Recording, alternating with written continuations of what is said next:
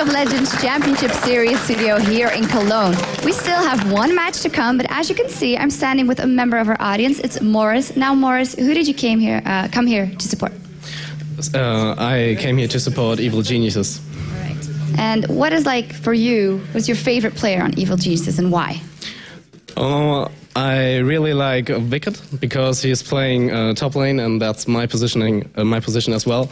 And I kind of look up to him. I'm always looking his stream, and I really like how he does the things he does. He is a really aggressive player sometimes, and I really like how he's planning to escape afterwards, because sometimes he's actually seeing the opponent team drawing him in, or even lining up around him, but he always have a possibility to escape afterwards. Do you play top lane yourself? Are you an avid solo queue player, and how are you doing there?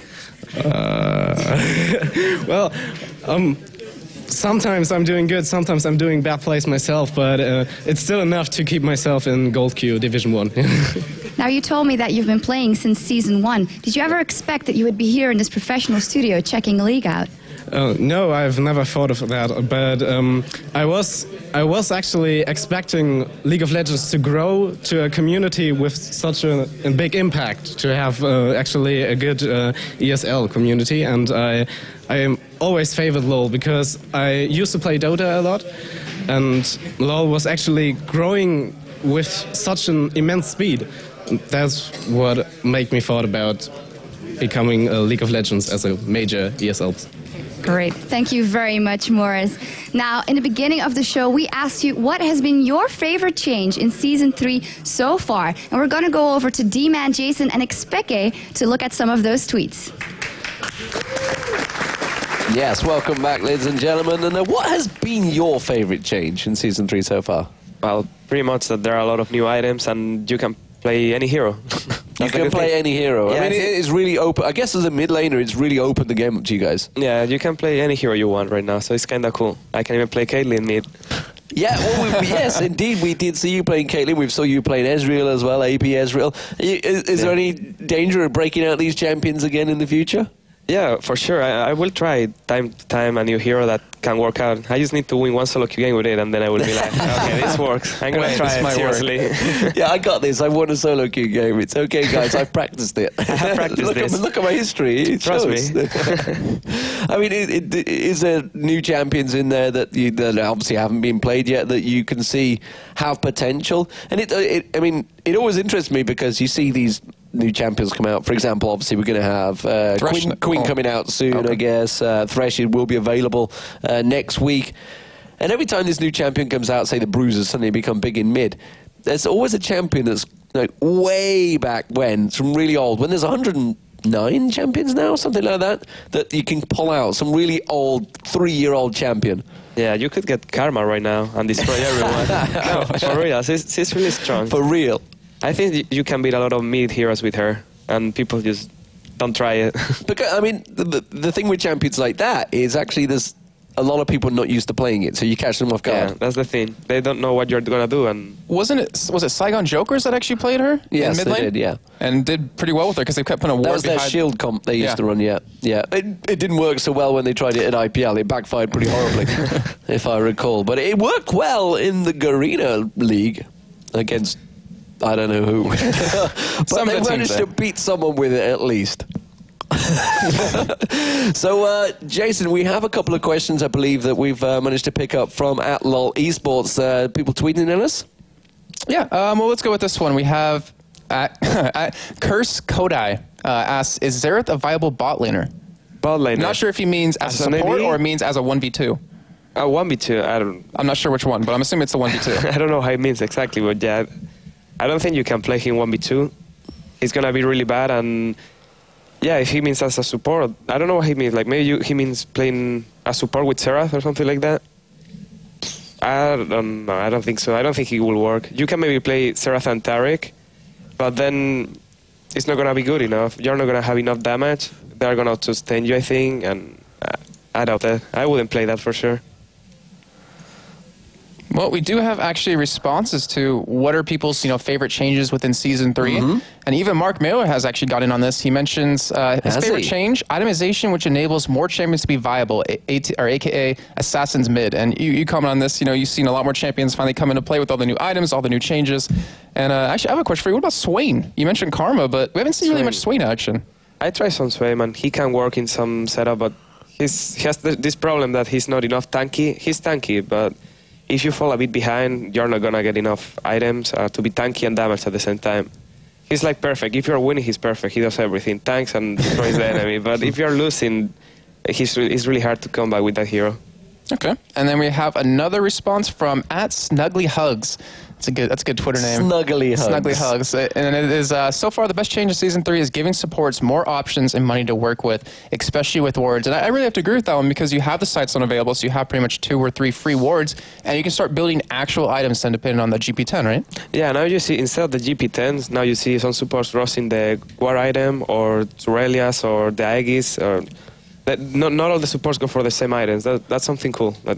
And that's something if we had N-rated in here, he would definitely be talking about it. I remember obviously seeing the main thing when Season 3 came about was all support players were saying so happy about the fact that these changes had come about. We have a couple more responses. If you can see them on your screen, it is 902G. Nice name.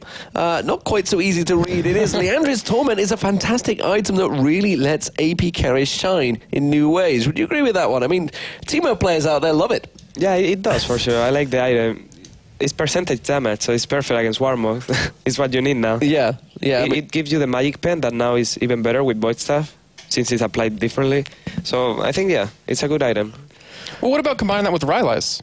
I mean, because you get more damage off it at the moment if you build that. You get the slow or some sort of CC with it. And then I believe in the latest patch, they fixed it so the AoE damage actually converts to the static single target damage instead, because you used to get less damage over time if you had an AoE spell versus single target.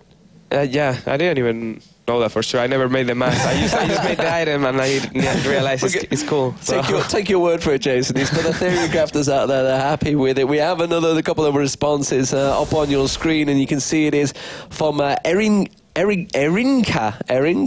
S327. Cool name, bro. Probably a lot of new items, especially the changes to help supports. And it's the supports we've already talked about here. The fact that they have managed to get a lot of new ways of playing. And it's interesting, is there really any new supports out there that you think are viable? I mean, obviously Zyra's really came into her own in this one, in Season 3. Yeah, Zyra, for example. And I think there's a lot of heroes you could play as support. Not exactly support, but like killer lanes. It have been in the past, like the Sion Pantheon and stuff like that. You can still play some weird lanes bottom. Like, if you swap lane, for example, and you put 2 killers, 2 assassins on top against one, and you kill him once, you're going to snowball that lane really, really hard. Yeah, I mean, is that sort of something you may see come out? It's desperately when I'm thinking more towards the end of the season when teams start to get desperate, they're going to bring out some crazy stuff like that. Yeah, for sure, I think so. It's just about people practicing it and seeing it works out. When it works once, they're going to be like, this might work out. We could even try it against a good team. And maybe they won't see it coming, and we can get them. A bit like Heimerdinger jungle, turning with the red, stealing everybody, piling up mid. Already. Yeah, we saw it in the Korean team. It was GSG, that got picked up by MVP in the end there. So we have one more final response from you guys. It was from Vegard Sorensen. Vegard Sorensen, I guess it is. Best thing in Season 3 is definitely Runan's Hurricane. Now that's an interesting one. We don't actually see a great deal of Runan's Hurricane in competitive play. Oh, because we don't see a lot of Teemos, and that item is perfect for Teemo. And why don't we see a lot of Teemos? You were one of the people that actually did used to run Teemo in the mid now and again. I play it sometimes. He's a good hero, but he's really squeezy. That's the only problem he has. If they catch you once, let's say they have a Lux, for example, and he catch you one binding, you're dead. They have a Zen, he taunt you, you're dead. They have anything that can catch you, and you're dead. That's the problem. You don't have any mistake. You cannot make any mistake with it. If you're out of position one, you're dead and you lose. Yeah, and you don't have any escapes. If your flash is down, that's it. Yeah, if your flash is down, you cannot even go hit or you'll die. And you're a global taunt too. Yeah, so I mean everybody wants to kill Teemo. Yeah, that's the problem. You're like the tank, but you're supposed to damage. So. And he's actually got a pretty short range, so even just to get in and get that spit on someone, it can cost your life. It can cost your life. Yeah, but those mushrooms, it's worth it. Yeah, that's what you do. Just put mushroom in front and spill at them and then run. But yeah, I mean, is there anything else that you'd like to see maybe other than the Warmogs change in Season 3? No, I think it's fine. Maybe it's something about the wards, limit the wards or something, so there is less vision in the map, so there is more aggression with the ganks. I think something like that would be good. To go with, say, maybe shorten the timer, maybe even? Yeah, some timer, like you cannot buy some wards at more than X amount of wards at the beginning, something like that. But that's my personal opinion. Just to counter, obviously, I don't even know if that would be good or bad, but I just want to see more ganks, more fights, more kills early. Well, yeah. Oh, sorry, but on top of that as well, I mean, don't you think supports kind of snowball a little bit with the wards? Because if you get, one kill, if support picks up one kill early on, they get an early sight stone, they can keep those wards down, so you can't get the gank that you want to see. Let's say you get an early kill, early levels, and then the support get the item. You're just gonna be with the item rewarding, and you're gonna have perma 3 wards at least. So that's really annoying for a jungler to gank or for the mid to roam.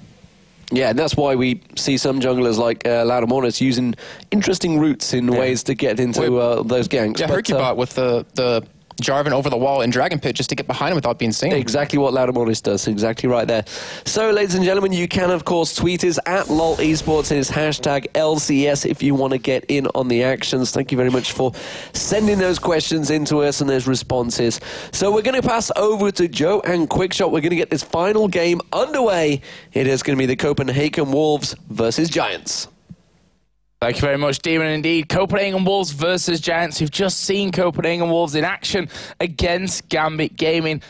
They had such a great start, Quickshot. They were looking so very good until it got to that part of the game where team play is number one. And of course, with their whole situation here, not having the Tess in there, not having Bjergsen in there even before that, obviously Forellenlord playing AP for them now, Kautard gone down into that AD carry role.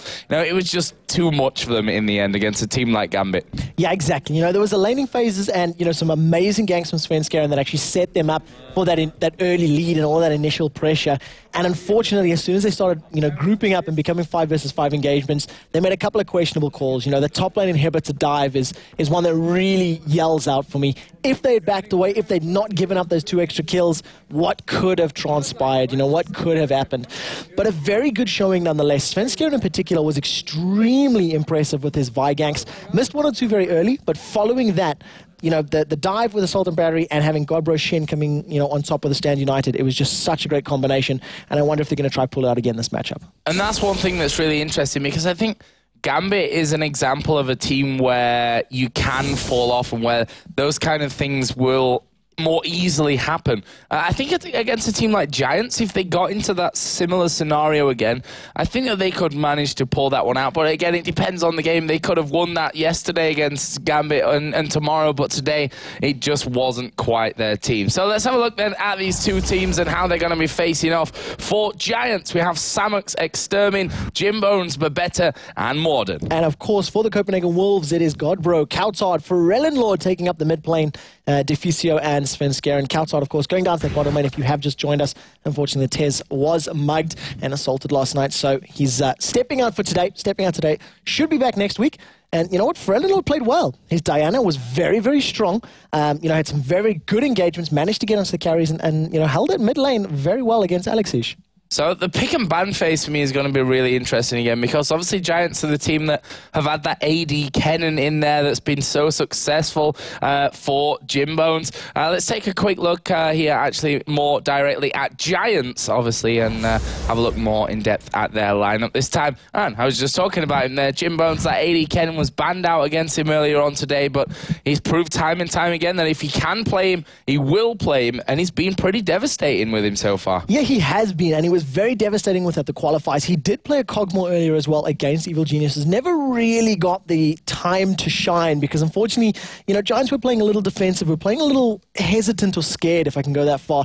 And we'll see what he's going to whip out, what he's going to play this time around. And of course, having, coming up against Forellenlord, the bans now become very difficult to pick. What do we do? How do we ban out? Do we ban out Caitlyn and Graves against Kautard? Do they know that? Do we ban out against Forellenlord? It's difficult questions that the Giants will have to answer. Do you ban out against the likes of Svenskeren in the jungle? Because he has been very, very good. Let's take a look then at the Copenhagen Wolves a little bit more in detail here. And then we have Kautard, who we picked him out here because he's obviously, he's been playing that mid lane for them. Today is the AD carry, though. And he really did put in a good performance as Graves in that last game.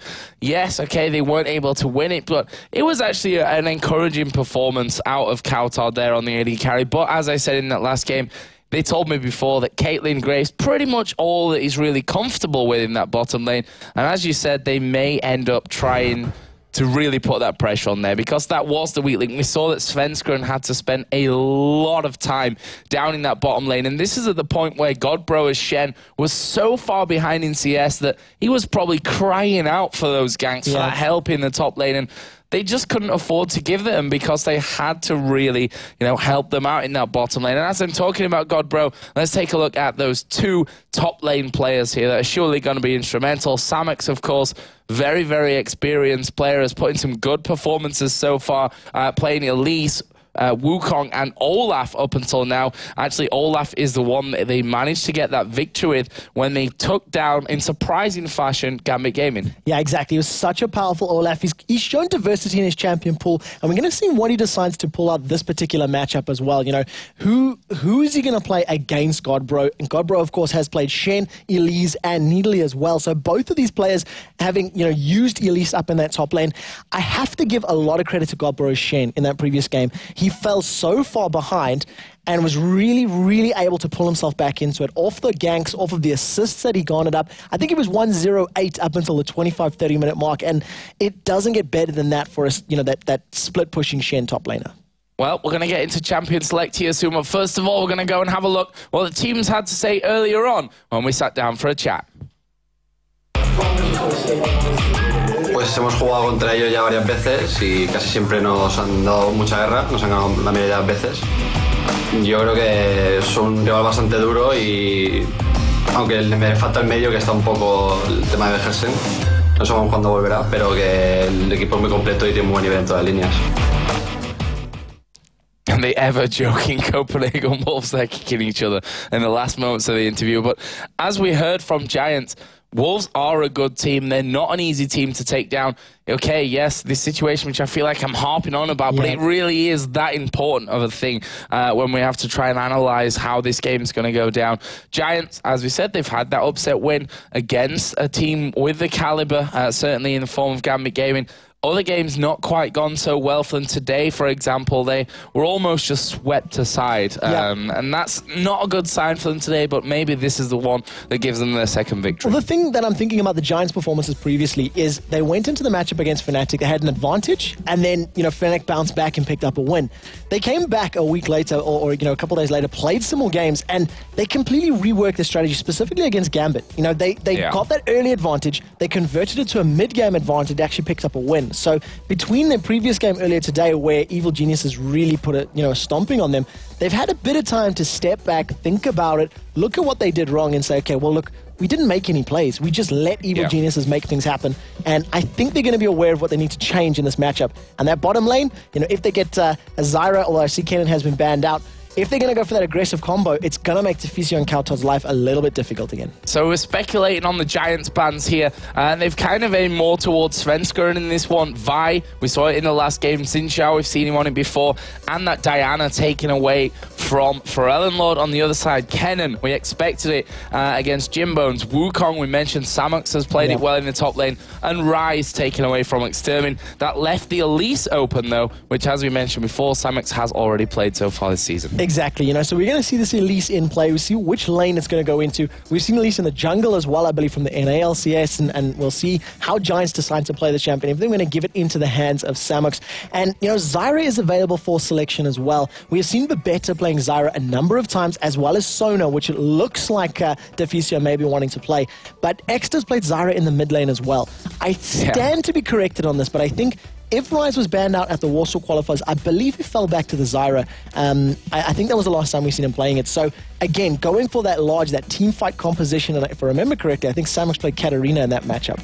But, you know, they go for those team fight comps. They go for the heavy CC. But look at this from the Wolves. Kha'Zix and Kayle locked in. That's a very scary, aggressive champion lineup. Yeah, that's the funny thing with these bans, you know, because they're more targeted, it's left those more overall powerful champions in there, the likes of, well, the first 3 picks, Exactly. Elise, Kha'Zix, Shen is obviously still open there. Kayle was already picked up here for Wolves. What are Giants going to go in for next? Will they secure that bottom lane and leave, you know, the more, in my opinion, important picks, that middle lane in particular, until their last round?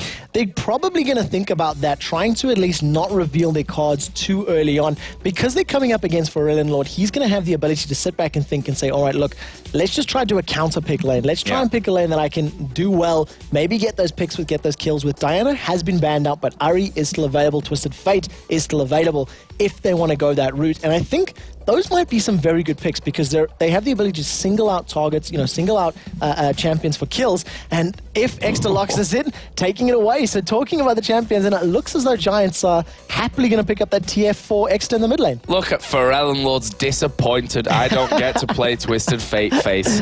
Yeah, obviously, Extermin is a brilliant Twisted Fate player. Pharrell Lord, he's been having Twisted Fate banned out on him on so many occasions, so I suppose he's not used to really playing it. Whether he wanted to actually pull it out in this one is another thing. And that's the great thing about facing a champion that you're so comfortable on yourself. Yeah, you know what's a thorn in your side when you actually, you know, go up against it, and then you can pick accordingly. Exactly. You have the ability to sit and go, look, these are the weaknesses of Twisted Fate as a champion. We've seen it, I think, earlier in the day or yesterday where Wicked had to face off as Renekton against an Aurelia.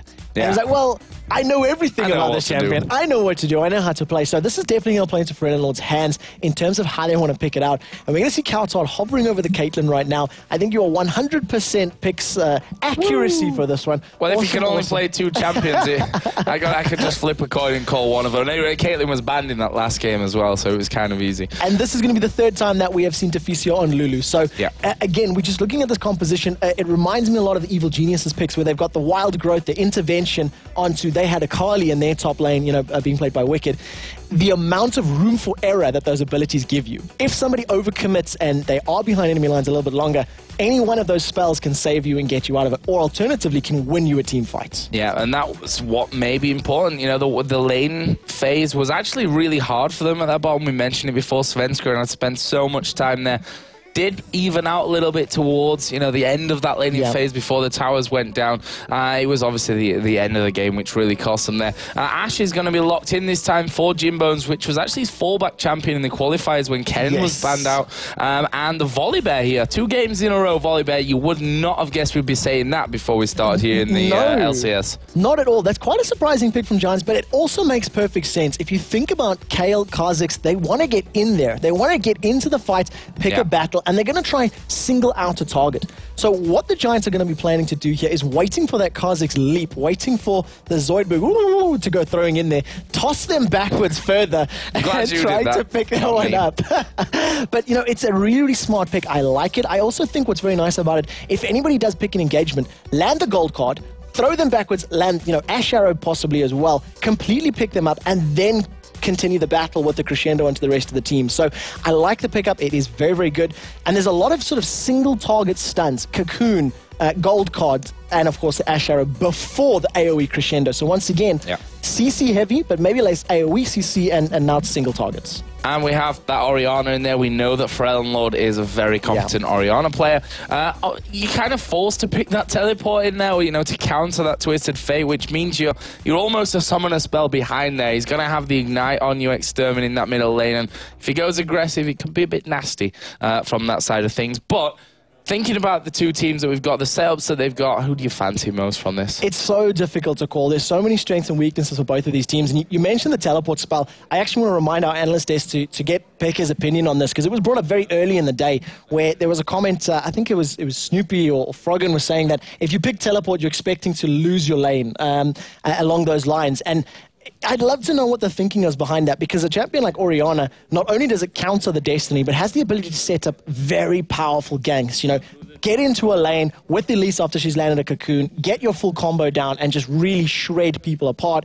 And it's a fairly squishy team. I mean, Twisted Fate, Sona, Ashe, Elise, until they've built some tanky, they will get blown up very, very quickly.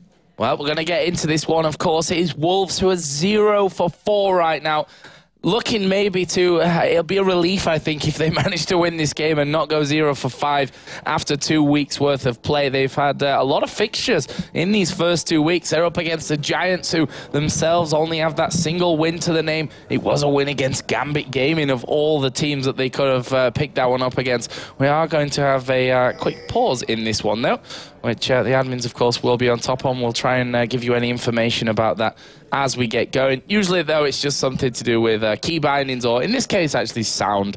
Probably just not plugged his headphones in hard enough. We'll get that headset issue resolved very, very quickly and get back into this matchup. And it's going to be very, very exciting to see how these lanes match up, because as soon as Twisted Fate hits 6, I keep hearing memories of yourself saying, you know what, at level 6, Twisted Fate is either hit or miss. He either gets the gank and starts to snowball very, very hard, or he falls behind, and it's a very lackluster, use of those ultimates. They end up just becoming vision and split pushing powers more than really setting up kills and ganks.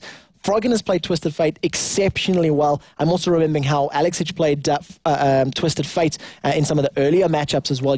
Going in behind the team and just, stunning somebody, forcing him to put a pressure on him, and then it just bought Wicked all the time in the world to carry on, pushing and picking fights. So we'll see how Extra decides to play it. We know he uses his teleport ganks well, so Destiny's not too different from what he's used to. Yeah, and that's one of the great things about Twisted Fate, which you kind of a little bit more limited to in terms of teleport, but with Twisted Fate, obviously, you can go into literally anywhere as long as you're in range. And you can say, if the AD carries Coward at the back, which a Caitlyn definitely will be, got that extra range over everyone going to be hiding at the back.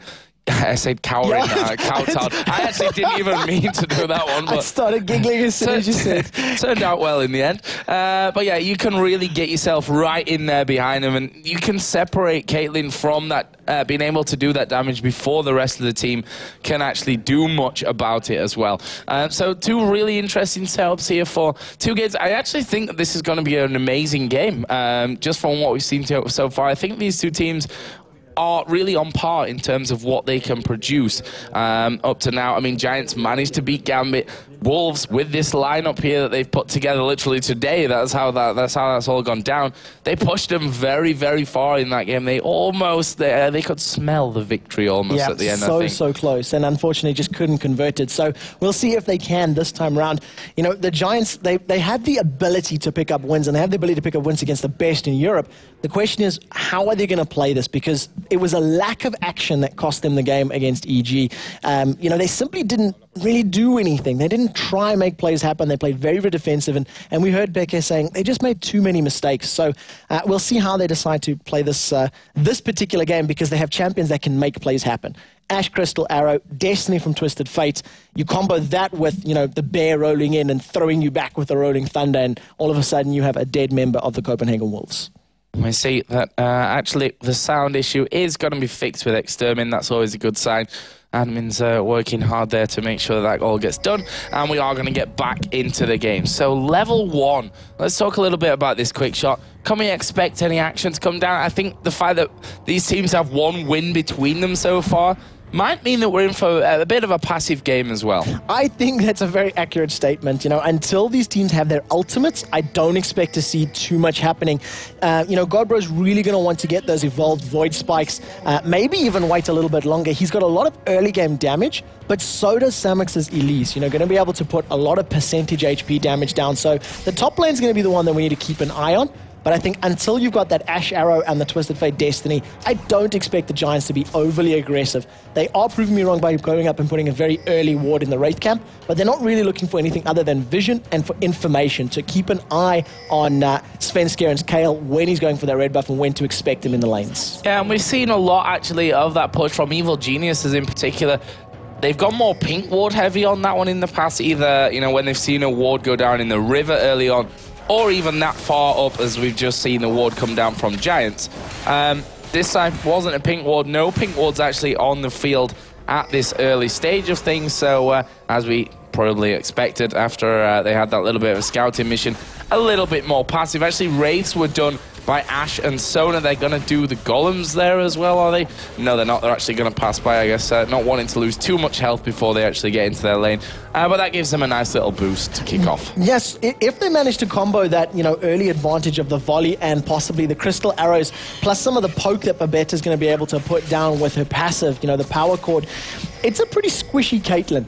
Deficio's shield that help picks is not very, very high or very powerful at these low ranks, so they may play quite aggressive. The last time Jim Bones played Ashe, Babette was playing Nunu, so that was their bot lane AD support combo, but obviously with the CC heavy comps they've been running, they decided to swap it out to Sona instead. Yeah, we should probably mention as well, since Nunu, I find Kautard's taking a lot of damage here, gets slowed down, but Giant's not going to push it out. But back to my point anyway about Nunu, that obviously he did have that bit of a hit in here. His Blood Boil gives him less attack speed plus less movement speed as well at the start. So that's, I think, why we've seen this Nunu being yet less utilized throughout these last 2 days. Just a little bit less of an attractive pick, and that lower the bottom lane engagement as Kautard was dropped so low. Jim Bones just hit level 2. He got the volley, carried on chasing a little bit more. If Babette had maybe got a power core off, it could have potentially set them up for a kill. In this middle lane, both of our champions, for Exter and for Ellenlord, running a little bit low on mana. Exter's going to be able to pop himself back up relatively quickly, but they've been very aggressive against one another, putting a lot of damage down and trading very, very early on, not waiting to pick these fights. And look at this, Svenskeren is in the bush. We saw him doing a lot of work in the bottom lane in that last game. Deficio actually is going to get in there. Doesn't have a pink ward on him, although Caitlyn does ironically have that pink ward right now in her arsenal. So I'd expect that to go down if they want to push Svenskeren through. The question is, will they really think about that one? They've put a normal ward down of their own as Nigobro does take a bit of damage in that top lane. Will just jump himself back to safety. Extermin also in the middle lane took some damage, but Svenskeren is still waiting here in the bush, and they're going to go for it. We'll see if they can get the slow down, but unfortunately not. Turn the attention to Jim Bones. The 90 caliber net throws Kautard forwards. Jim Bones forced to use barrier. One more attack may have been enough, but he does flash to safety. Flash, barrier blown, as well as the flash for Babette. A good gank overall. The next time they go aggressive, they might be able to pick up a kill. Yeah, and from Wolves' side, look at those summoner spells all intact. No flash, cleanse, or exhaust used from the support or the AD carry. In fact, even Svenskeren, as I said, didn't use that smite either. So that's great news from Wolves right off the get-go. Ferelnord also forced Exter to back in that middle lane. They were trading back and forth the entire time. And, it hasn't cost Exter any farm just yet, but he was forced out of that lane. He was very, very low on HP. You can see he's already picked up a null magic mantle and a couple extra pots. So Ferelnord is already stomping some authority. Ferelnord has gone back to pick up his Tear of the Goddess as well. And Exter back to 50% HP. He's been in lane 10, 15 seconds. Ferelnord's doing a great job of setting the tone of this mid lane. Yeah, Ferelnord just that little bit behind on CS, but that will be fixed here with these three, if you can actually get them in the end. Those three caster minions that were coming in there as well. More wards being put down in this bottom lane. Jim Bones, despite that gank coming out earlier on, is ahead of Kautard as well in this bottom lane. We know, that Kennen, Jim Bones' real go-to champion, but his Ashe has also proved to be very, very strong in the previous games that we've seen it as well. Let's have a look at this top lane, because Morden is actually just working his way in towards the back. Nigobro, we're actually going to see the teleport in bottom. We'll see. Does he have the ultimate? Not just yet. Lands the attack and the dissonance. Exhaust comes down onto Ferelnord and they immediately start backing off. Ferelnord used that teleport. I'm trying to look at what level he is. He's about, a couple hundred XP away from level 6. If that shockwave was there, it definitely could have secured them first blood. But a little bit too antsy. The ants in the pants just letting him go too quickly as Godbro gets caught. Yeah, getting flipped over there by Morden. Are they going to go in? Repel comes down right on top of Godbro. Well, look at that. Morden going very, very low, but the first blood is picked up by Samuks. Morden did survive it as well. It was real touch and go stuff, but the bear managing to have enough HP, and look how much he's regen there already, by the way. And that's just the beauty of him getting in under the tower so early on. First blood Giants. 6 seconds of regen from his passive manages to save him from those ticks of ignite and from the damage damage under the turret, and Elise getting first blood is never a good sign. She's a pretty heavy snowball champion. Gombe picked up a Doran's ring as well as that Ruby Crystal to help survive some of the damage that Godbro's Kha'Zix is going to be putting down. But if they can, keep landing those ganks, keep getting some kills, and snowball Samex's Elise, they're going to be very, very happy with that. So now Pharrell Lord back into this middle lane. Going to be working his way back up with the CS. And that's what kind of surprised me, because they were pushed up already in that bottom lane. If he'd have just waited for that next wave of creeps, he probably needed 3 of them at most to actually hit level 6 and get down there. That was a kill, to be honest, for Wolves coming out. But that's all ifs and buts. Extermin here going to get himself his blue buff. He just waits for the wild cards there to have enough damage. That's going to be helping him out. Lord on the other side of the map will also be helped out by Svenskeren to pick up his. And of course, that's a situation of having a completely new bottom lane. Not only do you have Kautar, who was middle playing AD, Lord, who wasn't even on the team playing middle, and Defusio there, the 3 of them tried to set up that gank, and they weren't exactly in the same gear at the same time. So a little bit of a calling or a little bit of a miscommunication in terms of timing and when to go cost them that first blood. But they're not too far behind in gold right now. We see that Extra's Twisted Fate gone for the Mercury Treads first, going to get that movement speed as well as the damage reduction from, obviously, all of the magic burst that Lord's putting down. And he's picked up that KG's lucky pick. So we've seen earlier in the day when Froggen was running Twisted Fate, he picked up the KGs but didn't finish the Twin Shadows until much, much, much later in the game. We'll see how Extra decides to play it, because the option is available to him. Yep, and right now between the 280 carries in terms of items, Vamp Scepter finished for Ash, along with the dagger to upgrade his boots, and a single Doran's Blade on the other side. Longsword, double Doran's Blade for Caitlyn. Still has that pink ward available to throw down to maybe allow Svenskeren to come through that lane once again. We can see on the other side that there are plenty of wards down, actually, from the Wolves side as well on that bottom side. When I say the wards, they're obviously traps. Good job, Joe. A huge number of those little cupcake traps laid around the place just to limit the number of entrances that Svenskeren has to move in there. But what I'd like to see from the Wolves right now is a little bit more wards, especially in that middle lane. You can see around the river area, they've got that single site ward just sitting by the entrance towards their blue golem, just so that if Extra does start moving towards the bottom lane, as he's doing now, you see if that vision is going to be gained.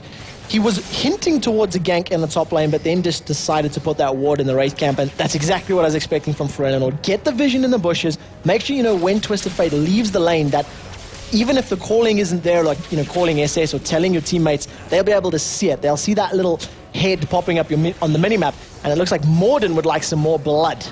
And Nigod Bro obviously had a horrible time of it in that last game. Is going to be in trouble here because Twisted Fate is coming up as well. This is a 3-man gank on towards Kha'Zix. He is not getting out of this one. Morden again tanking up that tower. It's going to take one last hit, but again, the passive saving him. 29, 29, 29, 29. So much HP being regen there. He just tanks the turret, manages to pick up the kill with his ultimate there, or it wasn't even the ultimate, it was just a ferocious bite. Man takes a nom out of Godbro, and he's now 0-2. Even with 2 deaths to his name, he's keeping up on CS. So he's doing a very, very good job of keeping himself in farm-wise. He just needs to try maybe get a little bit more ganks, a little bit more assistance from Svenskeren to try and take some control back in that top lane. Oh, and look at Lord just showing his mastery here of that Orianna. As I say, that Extermin actually gets a stun card on him. Wild cards hitting as well. It was actually Lord that was trying to steal the Wraiths away from Extermin. And that's one point that a lot of these mid lane players will make, that it's really worth it if you have the opportunity to take away those Wraiths as much as possible. Yeah, the experience and the goal that it gives you and also denies the enemy team is just, insurmountable. You cannot put a number on how important that is. At the moment, though, Giants, they're doing well. They're out-farming most of the lanes. They've got the kill advantage, and they've got a noticeable gold lead. The ganks have been focused entirely on Godbro up in the top lane. They are more afraid of Kha'Zix than they are of anybody else. But for Lord's Orianna, if they get into these team fight situations, if they start to group up, the shockwave, the dissonance, it is very, very powerful, and it could allow them to win team fights, especially with intervention and wild growth, helping Godbro out once they get to these, engagements and he starts diving in there. Yeah, I think Godbro is going to be the key man in that one in terms of, he's going to have the ball on him. Yeah, technically Forellenlord has to press the right buttons at the right time to help out as well, but it's Godbro that has to find the positioning to be able to jump towards the right place in that team fight for everything to really collapse in. As you said, intervention really will help him out in that, not allowing to not take any damage on his way in for that one, or to survive even longer, as the case may be. And in the whole time, then you've got, as soon as he does land, that wild growth to give them the big knock-up as well. The Giants are going to be trying to focus on picking a target out, though. If you look at all of their abilities, the Cocoon, the Ash Arrow, the Gold Card, with the exception of the Crescendo from Babetta, and even, Volibear's a Rolling Thunder, where he tosses a single target backwards, they really just want to land an Ash Arrow onto somebody. If that stun starts to wear off, land a Gold Card or even a Cocoon and then chase. But it looks like Morden's coming in. The Ash Arrow completely whiffs. Yeah, it goes straight through the middle of them. Kautot, though, may get caught out. He's being slowed up. There's a Crescendo. Wild Growth comes in. Will it be enough to save him? Yes, it will. And look at this. Twisted Fate going to join the party. Great shockwave coming out of Forellenlord. Jim Bones goes down. Extermin is fairly low. Can they finish him off, though? He flashes away from the ball. Morden is already on the safety of the tower, and what a great turnaround from Wolves. Such awesome positioning there from Forellenlord. He had the ball, I think, even on his own head, pulled everybody towards him. There was 2 members of the Giants on top of him. It allowed them to secure a kill, and this is going to be the first turret of the game for the Copenhagen Wolves. It'll even them up in terms of gold, and as soon as that Destiny was used, teleport came out from Copenhagen Wolves. Do they have enough to take Dragon? Well, Godbro's in trouble. Godbro is in a little bit of trouble at the top. Samux here going to be looking to land a Cocoon onto him. Will land it? Will he keep going with the pressure? Yes, he will. Samux taking good damage there, though. And actually, in the end, they switch positions as the repel comes in. And Godbro flashes to the other side. Dragon is being started as well. Morden gets turned into a little munchkin as the Copenhagen Wolves finish off the Dragon. He starts to crawl away. Couldn't get in there. Couldn't land the smite. And the Copenhagen Wolves even up that goal difference. Godbro did well to survive that top lane. He only had the Tear of the Goddess in that top lane to survive against the Haunting guys and the Doran's ring of Samux. But nevertheless, only 10 CS behind, 2 deaths down, and the Giants are now turning on the pressure in this mid lane. Yeah, they need to be careful, though. Here, Morden down to half HP with Orianna coming back in there with that blue buff. That's a lot of damage that can come out really quickly, but in the end, Giants say, well, we've done the damage that we could from the situation that we had. We're happy with that. We're going to back away. That Twin Shadow's done now, so if you compare that over to Forellenlord, obviously, to Froggen from earlier when he played Twisted Fate, as you said, that was a much later thing for him on that, but a kind of rush in there for Exeter, so he really wants to be involved in these lanes. Obviously going to use that stun card to really lock down, but those Twin Shadows, the Ghost coming out to give the slow as well, is going to be a real vital thing. Yeah, and again, it just shows you the composition. They really want to pick somebody out, get the Ghost onto somebody, land the rest of the single target stunts, blow them up. When the team fight breaks out, if the Copenhagen Wolves jump in, use that Crescendo almost defensively, really. I mean, you could have some flash Crescendos, but it really just looks like they want to single somebody out, get them down, and then turn the rest of the attention further. Over on the Wolves side, you've got a massive AoE composition here. In terms of the combat, you want to get Orianna pulling 2 or 3 together. You then want to get Godbro hitting them with the Void Spikes, landing on them with that leap of his and getting the Wild Growth, knocking multiple targets up in the air. And then just allow Svenskeren as much time as possible to get those Righteous Fury swings out. Just, splash, splash, splash. That's really what they want to be doing.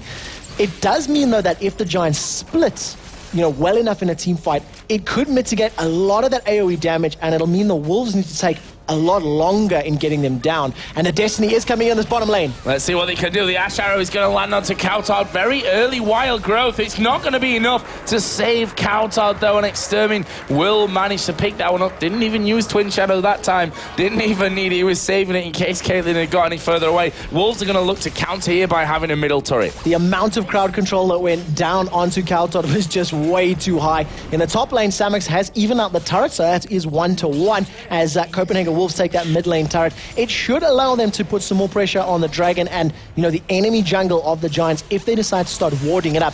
But this game is extremely even right now. They are, each team is making the plays happen, but Giants being a little bit more aggressive with their ganks and with trying to play the enemy champions. Let's have a look a little bit down the items now. Well, we may have a lull in the action, maybe not. The Twin Shadows come out, Svenskeren actually having to use the ultimate on himself. There is the shockwave. That could be what they need here, and it will be a kill coming out. Kayle gets the shield. Flash in from Samox. He will secure that kill there in the end, and that will bring us to 4-2. And just as I say, a lull in the action, all kicks off. Yeah, being completely caught out. Svenskeren actually was trying to set up a gank there. He thought he was going to jump onto Twisted Fate. Forellenlord was sort of baiting Morden and Extra into that particular engagement, but they didn't know that Samox was coming from that top lane. They have no vision in that part of their jungle. They didn't know that the Spiderling lady was moving past their race. She just came in from behind after the gold quarters landed a cocoon of her own, and then carried on picking up the, landing enough damage to pick up the kill. So now I think we are safer to talk a little bit more about the items. You see their Giants belts being picked up over 4 Giants.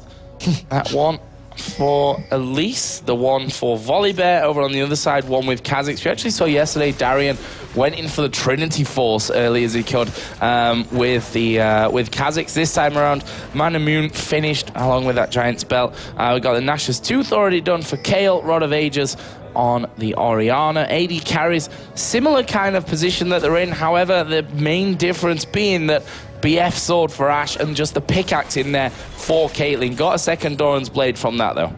Does have that a little bit extra with that Doran's, and is sitting on 1,500 gold, so Kautar will be very close to picking up that BF sword and evening out the gold difference between these the two players. And I think once he starts to getting closer to that Infinity Edge, the Piltover Peacemakers are going to help so much, especially with this wave clear.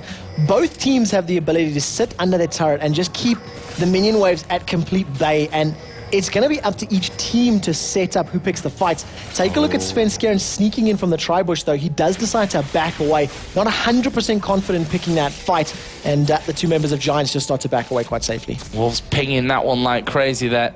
They knew that they'd come up, and they knew that they were trying to set up that trap from the Spider and the Bear, hanging out together to make it count. The Dragon will be up in a minute.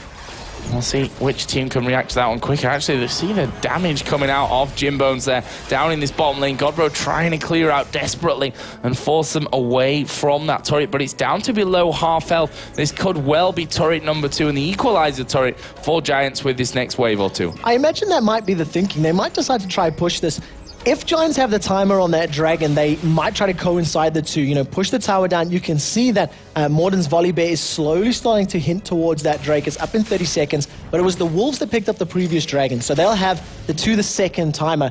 It doesn't really look like everybody's setting up for it. You can see Caitlyn and Lulu, they're moving to the top lane to try and defend that inner turret. And with Twisted Fate and Volibear so close to that Dragon, we'll see if anybody does decide to go for it. Yeah, both junglers got that smite up and ready. Samox, though, is in that top lane. He's hiding in the bush currently. Not really got many minions there with him. And just the non-presence of Samox even may be enough for Wolves to say, well, we don't really know where that Elise is. Is he going to be coming down towards Dragon? We could need to be careful about that one. But now they've spotted him in that top lane. I'd imagine that they start to go down there. And as I say, that Kha'Zix is heading straight towards top. Lulu and Kayle are both around there. Obviously, Caitlyn in the bottom lane. Orianna still in the middle. So it would be a 4-on-4 down in that lane. If they decide to go for it, of course, Giants are going to continue pushing. Another Ashe arrow completely whiffs. Kautar's dropped so low. Jimbo's continue landing auto attacks. A little bit of a late cleanse there. Now it starts channeling the ace in the hole. Yeah, they didn't flash in for the kill, and now Extermin taking a lot of damage. Jimbones is going to be the first one to fall, and Wolves, they've carved a massive opening for Dragon now with that one. Giants obviously were pushing in for the gank, but you have to give credit over to Kautar. He's managed to survive that one, and his team turn it around. Yeah, so true. Managed to stay alive long enough. Wild Growth was not even used by Deficio's Lulu, so that extra HP wasn't even needed in the background. You can see that Forellenlord has now just finished that Archangel Staff. He's going to have so much mana. Almost finished for the Seraph's Embrace, 730 out of the 750. But the Giants are going to take the map objective of the tower, and if you equate it in that sense, losing a kill but gaining the tower, I think they'll be relatively happy with that trade. Yeah, you can see what that leaves them in terms of gold. They're almost 2,000 in the lead again. Neither team going for that Dragon. You said individually, we have Orianna 300 gold ahead. Oh, actually, it's more like 500 gold if I could count. Between the AD carries, 6.6 to 6.3 in favor of Ashe. Top lane, 7.1 to 5.8. And that's the problem that Godbro's really had. Obviously, in CS, he's not that far behind, but those 2 kills as they camped him out earlier on leaves him in a bit of a tricky position. He doesn't have too much itemization either. You know, he's got that mana immune completed, working towards the Mura mana, sitting on a Giant's Belt, got that Negatron Cloak, the Null Magic Mantle. So he's got little bits of everything. We do see them going very aggressive, though. Yeah, we see the Shockwave land on Jim Bones. What can they do pushing forward, though? Slow comes in onto Extermin, and they've managed to completely repel that attack. That's a nice move out of Giants. Yeah, the Jim Bones ultimate from Ash, the Crystal Arrow, was just really well-timed and well-placed. It not only stunned up the Copenhagen Wolves, it put quite a powerful slow on them, and they managed to just buy them the time that they need to get away. What it has done, though, is it's allowed Copenhagen Wolves to get into this Dragon, and they'll pick this one up for free, completely uncontested. See Kale swinging that massive sword, and that will be the Dragon, as you said, going down. Second one in a row for Wolves. Not quite right on the timer as it spawned this time around, but they managed to pick it up, and that's what the important thing is at the end of the day. That brings them back to just 700 gold deficit. Where's this next move going to come in here? I mean, we've seen Lichbane now being finished off by Extermin. That's going to help his split pushing abilities really a huge amount, which we saw in that last game. Twisted Fate can be a real big pain in doing stuff like that. It's really difficult to say because neither of these teams has really been super focused on pushing a particular lane. Samex has spent a lot of time up in this top lane. You know, he was hiding in that top bushes. Godbro just walks past 2 Giants members, and you know, they're trying this split push, and it's working relatively well. Samex has been farming, has been left unopposed for the most part, but there hasn't been a committed, focused effort from either team in pushing a particular lane or pushing a particular objective. There's been these little skirmishes where the bottom lane would pick a fight, and all of a sudden you'll have Teleport and Destiny coming, and top lane would have a gank, and all of a sudden you'd have Destiny coming in. But it isn't really showing their hands of how they want to play this game. I think Giants will be relatively happy to continue farming and just carry on stalling the game out, because when they want to pick a fight, it's going to be a lot easier for them to do so. Combo that Ash Arrow into a Cocoon, into a gold card. It's a lot easier for them to pick an engagement than it will be for the Copenhagen Wolves, who have to throw everything they have on Kha'Zix and let him just dive, you know, behind the enemy lines. That was a nice move from Giants. Well, they had that pink ward down to spot. They saw Forellenlord actually backing away. He's now back, and they couldn't quite get the damage down on that tower. But in principle, they could have had that one away. Obviously, didn't have the minions there. They didn't want to tank it up too much in case Wolves decided, right, game on, we're going to dive straight on top of you. But as you said, bit more of a passive time. You can expect it as well. When you think about the position of these 2 teams in that league, 0 for 4 Wolves. They don't want to lose 5 games in a row. That's in any sport a devastating start to any league campaign. They don't want that here today, even though the circumstances pretty much dictate that should on paper happen to them here today. They showed against Gambit that it definitely doesn't have to be that way in the end. Yeah, and they've got the ability to do so. They've got the ability to win. They can pull it out. I mean, they did so well in the early stages of their matchup against Gambit Gaming. They just need to find the right moment to do so. I noticed a few minutes ago that Forellenlord finished the home guard on his boots, so he does have that teleport. He has the ability to come flying out of absolutely nowhere. And if you combo that with the amount of damage he can put down, that might be their opening play. That might be how they decide to get in there. But take a look at Exter on the minimap. He's moving closer and closer to Forellenlord, and it does look like the rest of the Giants members are coming back as well. Exter just about missing his chance in there. And not sure if he'd really want to take that fight heads up against the Orianna as well. Obviously, very tankers. We are going to see the Ash Arrow landing in there, but look at Forellenlord steaming through here onto Samex. Actually, Samex will flash away there in the end. Forellenlord had the opportunity to lock him down with the shockwave, but decided against it. Jim Bones deserves mad credit there from the Giants members. They could see the teleport was coming in, and the Crystal Arrow was thrown into that bush. Again, stunning up the Copenhagen Wolves. A defensive Ash ultimate, but it does work. But look at the damage he's taken from this poke. He's got to be very careful if they decide to jump in on this engagement, because Forellenlord may be able to blow him up at 50% HP. Yeah, if they want to take that chance, Shockwave is one of the best things to do. It's Twisted Fate. He's going to use his ultimate. He's going to come in to the south of this tower, though.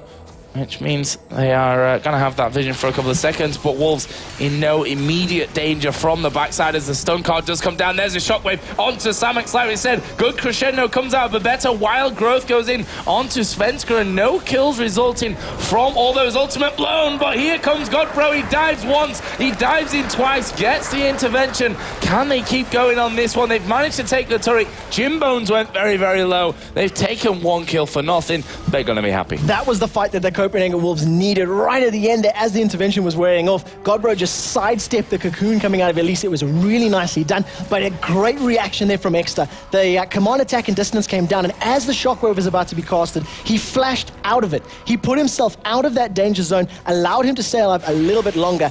After Godbro decided to recommit to that engagement with the intervention, he did eventually go down. They lost the turret, and that was the play that Copenhagen Wolves needed to. And it was like we said, they were just going to throw everything at it, just put everything on the back of Godbro's car 6 and allow him to try and nom people. Just seen Warmogs for Kazakh's been picked up as he went back, actually picking up the red pot as well to get back into the fight. Volibear got that Warmogs as well as a Negatron cloak. Obviously we do have the Crystal Scepter finish here for Elise as well. What else did we have picked up? Infinity Edge, Zeal, and the Crit Cloak actually for Ash. So Infinity Edge there, Phantom Dancer incoming. On the other side, kind of similar situation as well, almost as if Kautar's copying the build from the other side. He's got that Infinity Edge, got the Vamp Scepter in there, and he's also got the Zeal. A little bit behind though, no Crit Cloak just yet. And you know what, you got to give full credit to Kautar here. He's been put into this AD position role and, has been playing mid all of the rest of the LCS matches. His positioning has actually been very, very good for the majority of his previous game and this one as well. He's never really been overextended. The few times he has been jumped on, as we see Svenskeren getting caught out, we're going to see Morden trying to come up from this lane, but Svenskeren takes quite a lot of damage from that Elise. Yeah, quite a lot it was indeed, and the shield was even on him as well from Orianna, so some of that would have definitely been negated from that, as we are going to see Twisted Fate. He's going into middle here, trying to lock down Kautar. And take a look at that. The cleanse comes out, immediately just starts running away. Finally, the Twin Shadows comes out, but Kautar, he just waited. Gold card had landed, Crystal Arrow landed, and as you thought he's about to go down, he just cleansed and effectively walked away. And that's the beauty of the cleanse. Exactly. Really, really good use of cleanse. Those defensive summoner spells we're seeing more and more often on these AD carries, and especially against this team. The amount of stuns and snares and everything that they have available to them, it's a very, very powerful pickup.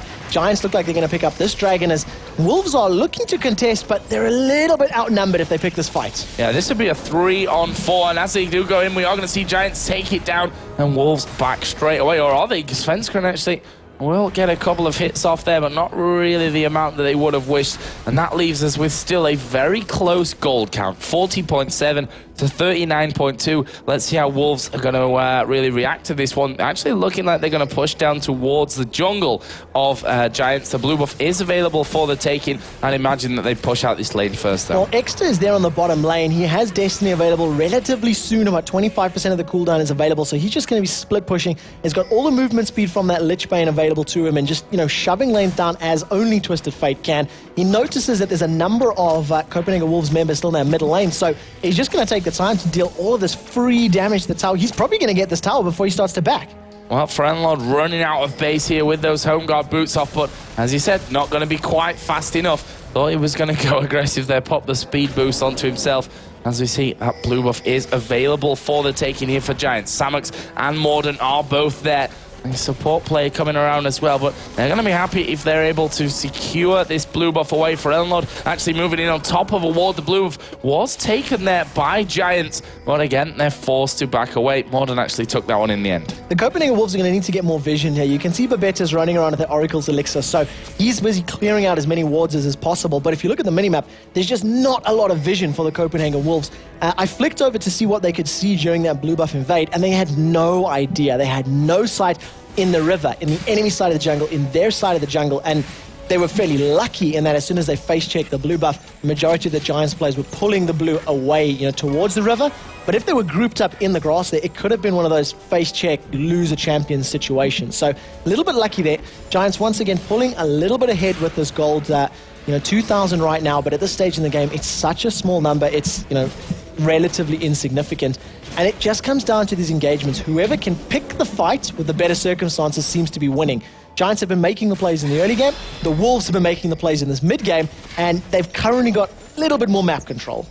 Yeah, I think that map control is going to be important in the long run as well for them. If they can't have vision of their own side of the map, they certainly can't expect to be able to dominate in the enemy side as well from that. You've got to be able to see what you're doing.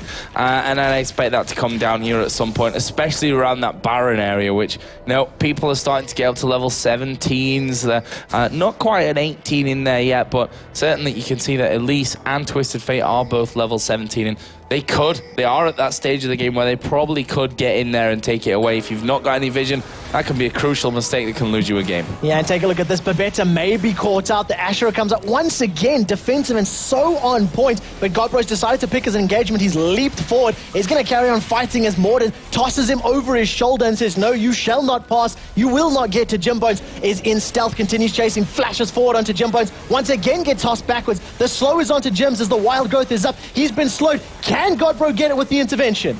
They can't quite get in there as we see him leaping in once again. I thought Morden was going to throw him back on towards the tower then. That didn't quite work out for him though. But one thing that Wolves has done here is done a lot of damage to that Giants lineup. They forced them to back away from this inhibitor turret, and it's not going to be a dive like we saw from in the last game against Gambit. They're actually pushing out as Samuks comes in from the side, but Wolves have left a naked inhibitor behind. They'll be happy with the turret. They'll be happy that when they decide to go aggressive, they can pick it up. And I was talking about the map control. I was talking about how they had the turret advantage, but Exeter is just split pushing and going to be waiting to use that Destiny almost defensively.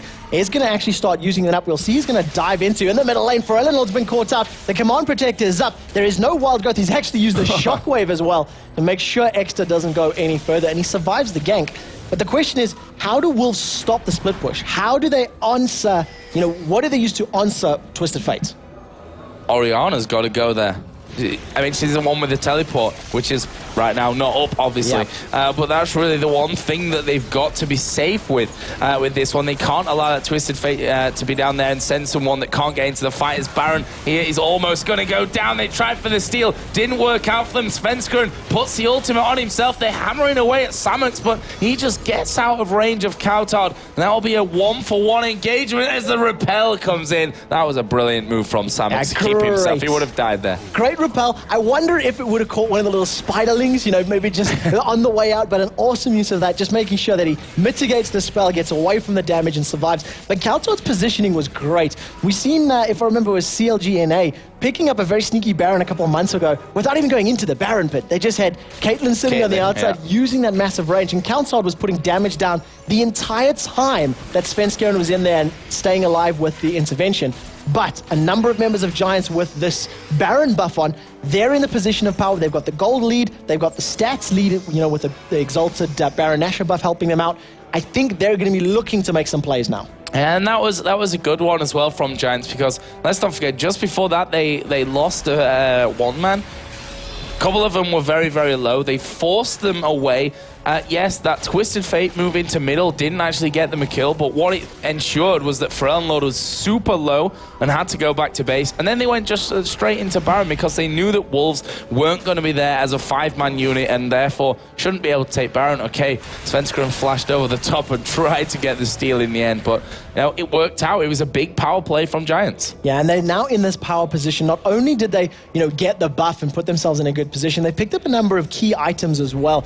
If you look at the itemization there on the bottom left, Elise managed to pick up Leandri's Torment and Warmog's armor with her last back, which is a massive, massive spike in damage and defense, On the same token, Babetta was able to pick up that Runic Bulwark, which you can see is not in the hands of Copenhagen Wolves. And in actual fact, if I look at it, I don't even see an Aegis of the Legion there as well. So the defensive statistics is really going to be helping out the Giants. That magic resist to handle the splash from Kayle as well as that burst from Forellenlord. Yeah, they're going to have to hope that the intervention's enough, really, to be tanking through the damage that's going to come down. The Rabadon's Death Cap is finished on Twisted Fate now as well. Obviously, Infinity Edge Phantom Dancer for the AD carry. Just wondering how much gold he's actually sat on there as well, the Ash. That's why. I was going to say, I'm sure he had those items about 10 minutes ago, not quite 10 minutes ago, but he's actually sat on above 3,000 gold, and as I say, that Bloodthirster is finished. Yeah, it's a huge spike again. You're going to spend that money, put that in the back pocket, get that lifesteal. Once we get those stacks up, the damage is going to be, even higher, even more, more impactful. Kautot is only about 1,700 gold behind, though. So you can see him sitting he is 1,700 behind. He's still got 1,700 in the bank, so he's going to be able to even out that damage a little bit. But I think if they can keep him safe, he's got the range to do so. He's got the champions that'll be able to keep him, in the back line. I think it's going to be a lot of pressure on him in these upcoming team fights to get as much damage possible and really turn the tide of it, because Giants are going to be focusing Kale, Oriana, and Kha'Zix, because they're going to be the ones that are in their face with that shorter range. We saw Kautot there doing 2 or 3 hits, or maybe even 4. But either way, it didn't really hurt Morden. That's the problem that they have going on right now. As we can see again, Giants are pushing down in towards this bottom lane. It's Jimbones that's actually gone down there. He's hitting for about 850 when those crits come in, which they're doing with a Phantom Dancer, that Infinity Edge in there as well. And he is very, very dangerous. Not to mention the fact that he has the arrows. We are going to see Twisted Fate coming in.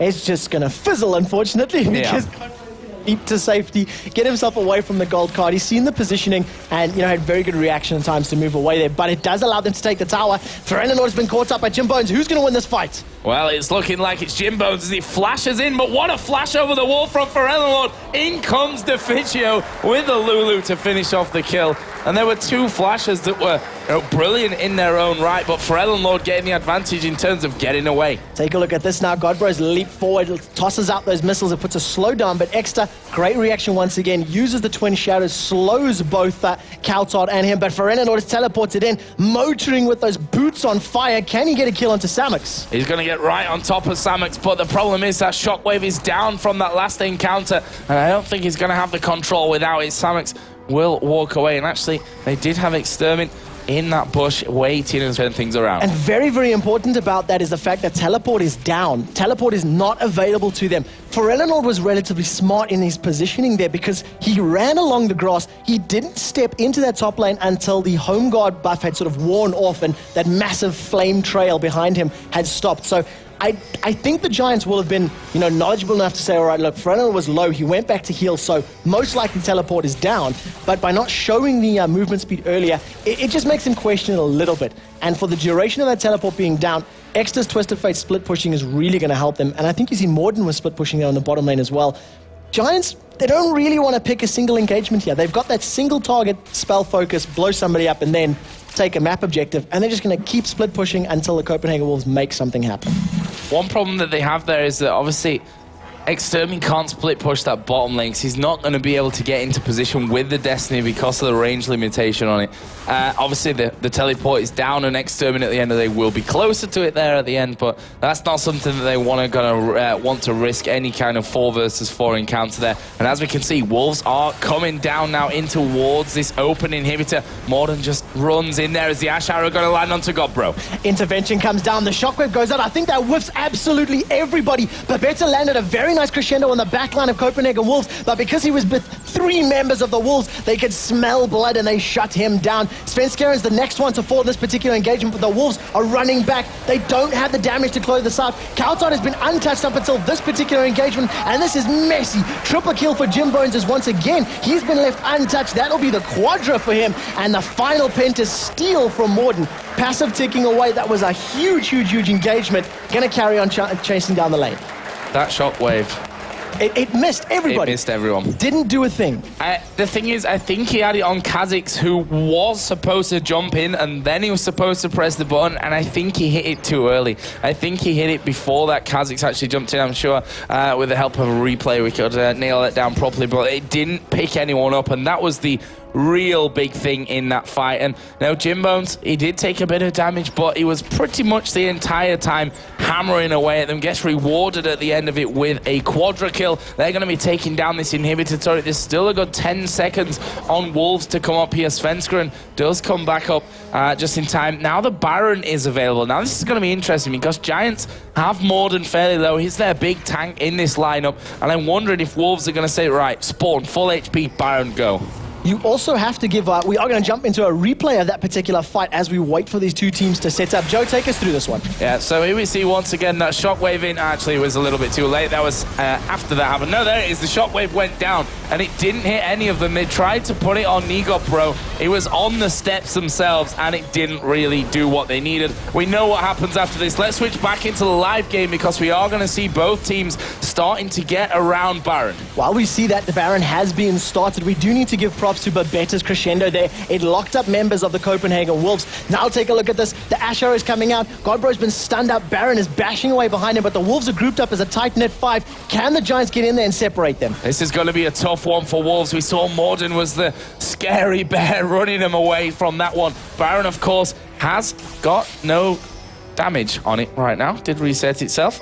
And Wolves at the back of things. They've got that Oracle on, so they're able to clear what's thrown down towards the back of the pit, as Baron is going to be started off here. Jimbones doing a couple of hits onto it, but Wolves at the back, they're still there as a unit. But are they going to have the health when they go in? Are they going to have the coordination to land that all-important shockwave where it needs to be? And where do they put their focus as well? Because Ash is going to be behind this Elise, behind the Twisted Fate Ghosts, behind the Gold Card, behind the Bear. And, you know, they've got this really big interference team that's also a huge amount of damage. I mean, Volibear, if left unchecked, has got that execution on his friends. He has the ability to deal a lot of damage. And Jimbones has finished a Guardian Angel. So not only has he got all of this damage and this really great, you know, frontline Bear protection, he's going to come back to life once you've killed him. So the Giants are in a very, very good position. They've got a great 10,000 gold lead. And it just looks like they want to brute force this middle lane inhibitor. Yeah, and that's a great move as well from Giants to push that lane right out there. They've stuck a warning so that they've got vision of everything coming down. They can quite happily start Baron here and then peel off of it afterwards because they're going to know exactly when Wolves come down through that jungle. Their wards are going to disappear as Deficio takes them down, but that's what they can do. As Wolves here are actually headed down that middle lane now with both teams having a naked inhibitor. Either of them could like do this whole run around the side and go for that inhibitor and push in for the base race, as we are going to see the Ash Arrow coming down onto Forelno. They're going to be forced to fight. Well, the Wild Growth comes out, he immediately knocks everybody up, but the intervention was on top of that as well. Godbro's gone so deep. He's the first one to be dropped. They immediately reply into Samex. That's both of the top laners down. Now the Wolves jungler is out of this. Do the Wolves have enough damage to win this battle? With Kautar down, that's another triple gale for Jimbones' Ash. As you can see, Exeter closing the fourth kill of the battle out. Deficio's on a run, but look at the bear. He is chasing, he is running. Eats a Glitterlance. It's not going to be enough. The Majestic Roar comes out and it doesn't do anything.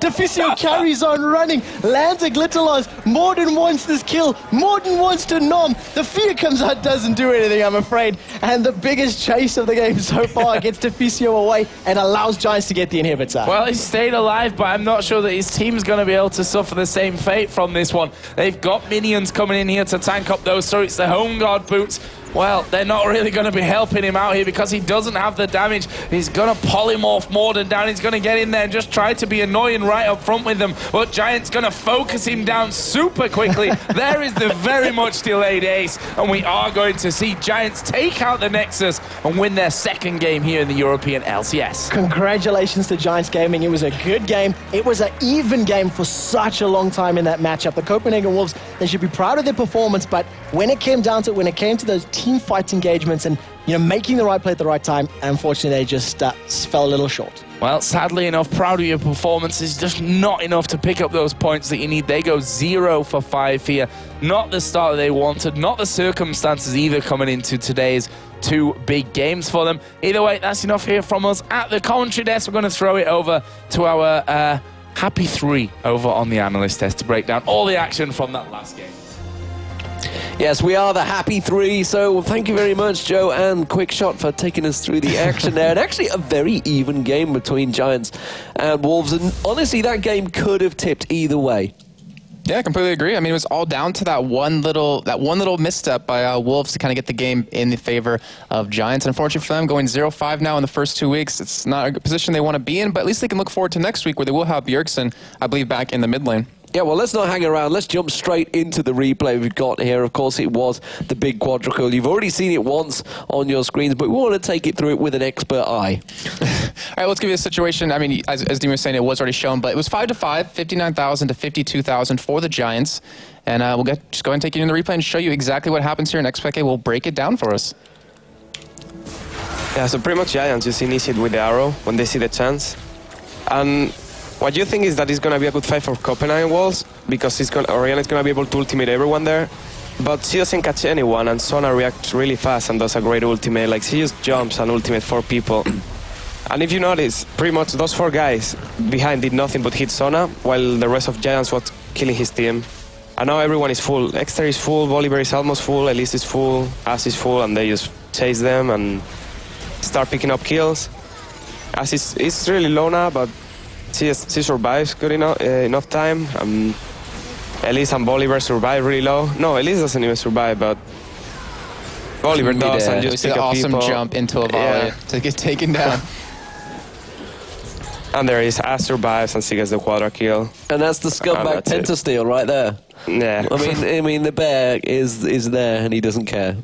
I thought you were saying instead of scumbag, scumbear. Well, he's smaller than the average bear.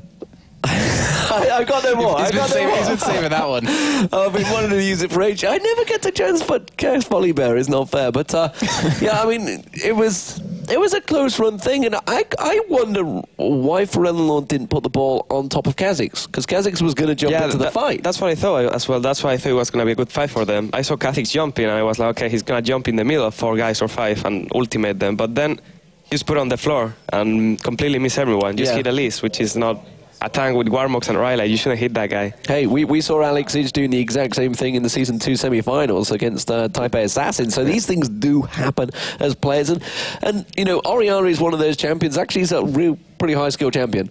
Yeah, you can change a game. Like, that fight, he could have won it alone, or he could have lost it like he did with that ultimate. That's the thing with Oriana. It's really risky to do a good ultimate sometimes. When you want to hit a lot of people, sometimes you just miss everyone by 1 finger, not even. So, I mean, is there anything you see from these teams? For example, Giants, obviously, you know pretty well, I would guess, as well as in the likes of Wolves. I mean, Wolves are technically 0-5 now, but every game they've played, they've actually looked really good. Yeah, they did really good, and then they just miss something. They need to learn how to finish game, how to do those fights at the end. Like, they always seem to fail on those. Like, I mean, if I recall, all 5 games they've played, they've actually led from lane phase. Every single one of them. So if they could just pull something together, they're going to be a pretty scary team. Even here, you could see they were leading. They were the one pushing in their enemy base. They were going for the inhibitor, and then they just didn't know how to take it or what to do there, and they just got initiated and died. They just initiated a little too quick. Well, that is it from us. Let's head over to Shox with an interview with a member of the winning team. Yes, I've got Exter here, the mid for Giants, and we've got Ocelot to translate. We found a use for him today. Sorry, also. Anyway, Exter, can you guide us through the team comp and the picks and the bans?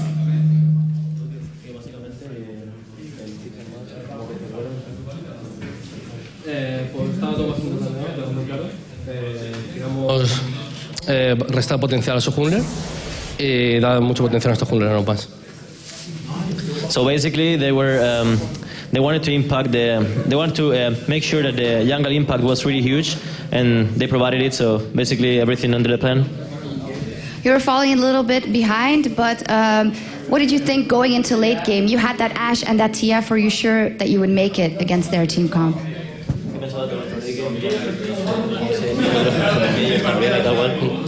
Nuestro legging era muy bueno, estando free produciados, como hicimos, con Arro, con Twisted, y queríamos mantenernos separados, con Elise también, y estábamos separarlos y aprovechar su error.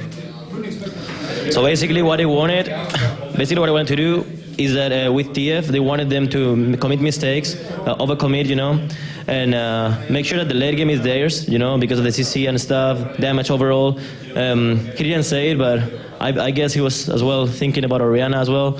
But TF, late game is just insane against melee, so. Okay, you're obviously growing throughout the season. What do you need to work on to get even better? ¿Qué tienes que mejorar para ser mejor equipo? Hombre, tendría que ampliar mi variedad en medio de campeones y mejorar nuestro team play y nuestras jugadas a nivel 1. He has to improve his champion pool, and they have to improve the level 1 fights as well, and that's basically it. Okay, gracias, Jose y Exter.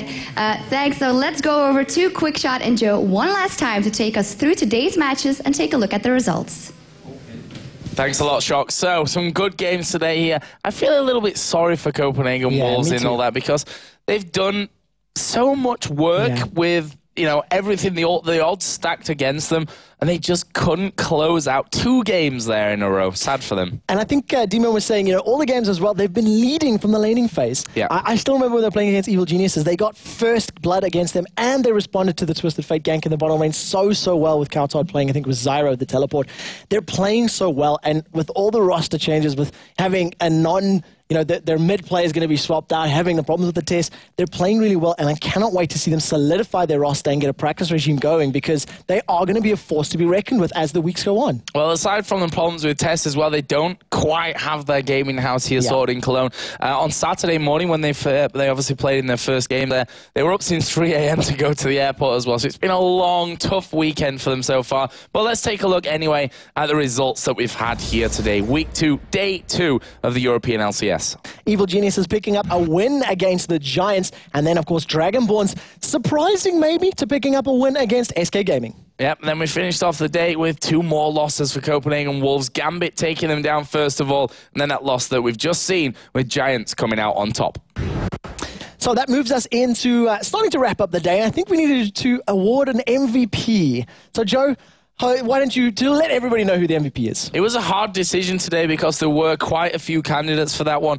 In the end, though, we had a good chat about it here in a little break there with the interview, and we decided that Shushay is probably the man of today. You know, it was that boring time where Demon was tearing what's left of his hair out, you know, trying to get some action going there, and then Shushay just turned it on, landed that combo, disintegrated 2 men, and obviously Dragonborns then went on to take down SK Gaming. Definitely a great win for them. And, you know, we highlighted that play as well right at the end of the matchup, and I still see Peke's look when that final spark landed and Ocelot's HP just disappeared. He was like, what happened? How did that play? So congratulations to Shushay and a really powerful Lux performance. Well, guys, that's it from us here at the commentary desk today. Don't forget, if you want to see any of the VODs, anything you've missed today, get yourselves over to lolesports.com. Don't forget that spoiler button down in the bottom left. If you've not seen any of the results and you don't want to spoil yourself, we're going to throw it over to Shox for some final thoughts.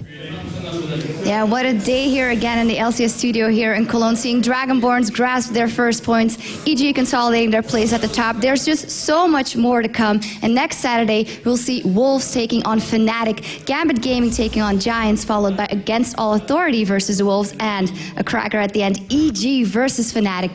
But of course, you don't have to wait till Saturday for our League of Legends fix. You can tune in to the North American Championship Series on Thursday at 1 p.m. Pacific Time or 10 p.m. Central European Time, where CLG takes on Vulcan in the first match of the day. That's it for the weekend from every one of us here in the studio, and I'd like to extend a special thanks to XPK over at the analysis desk for helping us out all day. Thank you very much for watching, and we'll see you next week.